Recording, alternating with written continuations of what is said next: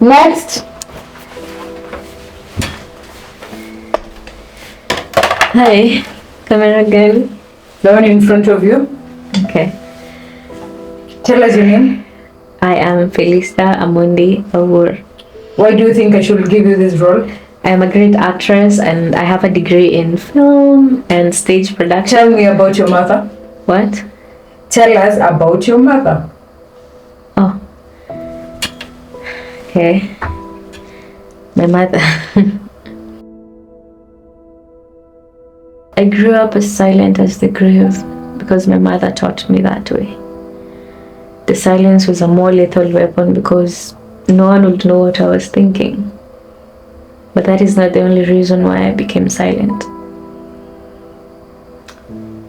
I remember the silent screams inside our rusted iron corroded house. I remember the look of despair, hurt, torment. I remember the misty eyes that never shed the seemingly torrents of tears. I remember the woman behind those eyes. My mother. She was as strong as an ox for her children, sweet, obedient, submissive to her chosen husband. She was respectful, committed, restrained for her family. My mother held the family together. I grew up as timid as a mouse because my dad taught me that way.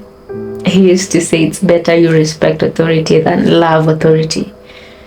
But that is not the only reason why I lived a timid life. I remember the drunken words slurred from a drunk mouth of a drunkard father figure.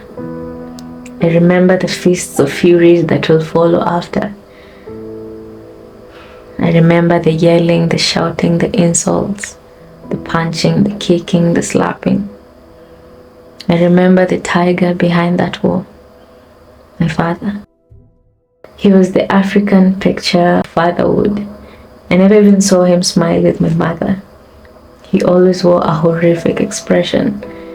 The only time he would smile is when he was from a club with his friends and he was drunk.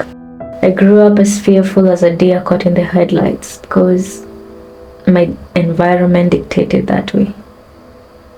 As a girl, I did not have a voice, a choice, an opinion. My life was already a defined path even before I was born.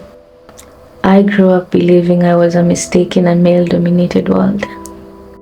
I realized my life meant nothing. But that was not the only reason why I believed I was a mistake.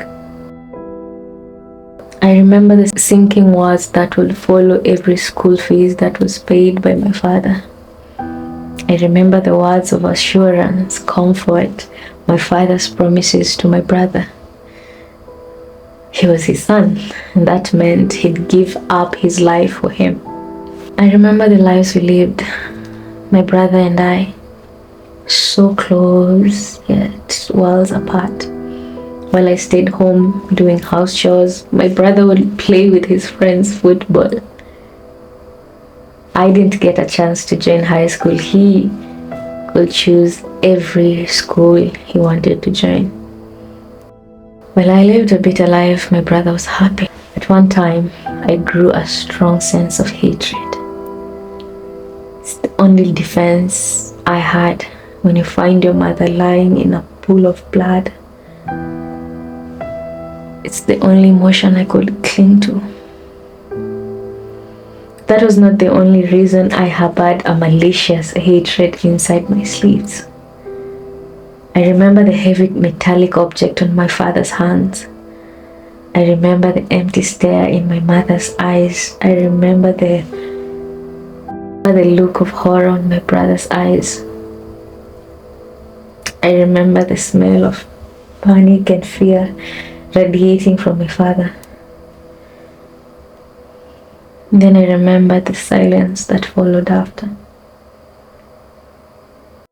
Not long after, I grew a strong sense of determination because I saw my mother's lifeless body entering its final resting place, a deep, empty grave. That was not the only reason I became determined. I remember all the red flags in my mother's house. I remember the hurting words that my father threw at my mother. I remember the silent cries engulfing my mother every time she was home alone. And I remember that she never left, even when she had every reason to.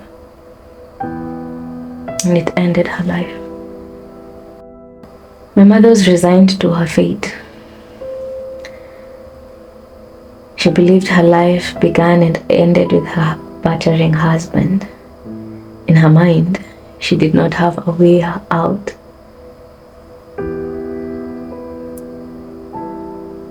And that actually ended her. That is my mother.